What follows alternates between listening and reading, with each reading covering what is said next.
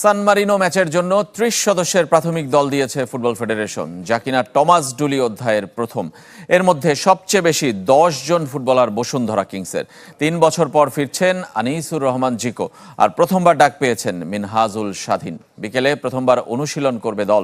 বাংলাদেশ জাতীয় ফুটবল দলে গোলরক্ষকের জায়গাটি সবসময় ছিল আলোচনার কেন্দ্রবিন্দু।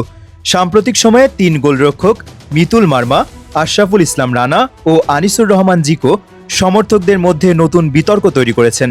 কারণ ৩ জনই নিজেদের দিনে অসাধারণ পারফরমেন্স দেখাতে পারেন।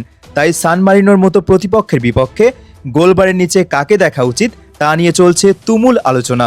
বর্তমান সময়ের সবচেয়ে আলোচিত নাম মিতুল মার্মা। তরুণ এই গোলরক্ষক গত কয়েক বছরে নিজের আত্মবিশ্বাসী পারফরমেন্স দিয়ে সবার নজর কেড়েছেন।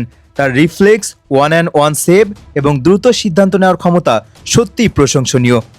বয়স কম হলেও মাঠে তাকে অনেক পরিণত মনে হয়। বিশেষ করে বড় ম্যাচে চাপ সামলে খেলার মানসিকতা তাকে অন্যদের থেকে কিছুটা এগিয়ে রাখে। ভবিষ্যতের বাংলাদেশ দলের দীর্ঘমেয়াদী পরিকল্পনায় মিতুলকে গুরুত্বপূর্ণ ভাবা হচ্ছে। অন্যদিকে আনিসুর রহমান জিকো অভিজ্ঞতার দিক থেকে এগিয়ে। জাতীয় দলের জার্সিতে একাধিক গুরুত্বপূর্ণ ম্যাচ খেলেছেন তিনি। উচ্চতা, পজিশন সেন্স এবং কর্নার বা ফ্রি কিক সামলানোর দক্ষতায় জিকো বরাবরই নির্ভরযোগ্য। তবে ইনজুরি ও কিছু অনিয়মিত পারফরমেন্সের কারণে মাঝে মাঝে সমালোচনার মুখেও পড়েছেন।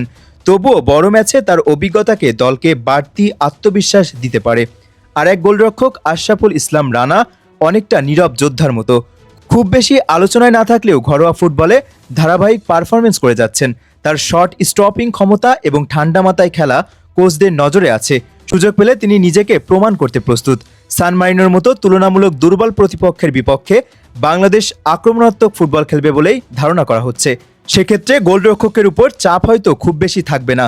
তবে আন্তর্জাতিক ফুটবলে কোনো দলকেই হালকাভাবে নেওয়ার সুযোগ নেই। তাই এমন একজন গোলরক্ষক দরকার যিনি ম্যাচ জুড়ে মনোযোগ ধরে রাখতে পারবেন এবং প্রয়োজনের মুহূর্তে দলকে বাঁচাতে পারবেন। বর্তমান ফর্ম বিবেচনায় অনেক সমর্থকই মিতুল মার্মাকে এগিয়ে রাখছেন, আবার অভিজ্ঞতার কারণে অনেকেই জিকোর পক্ষেও মত দিচ্ছেন।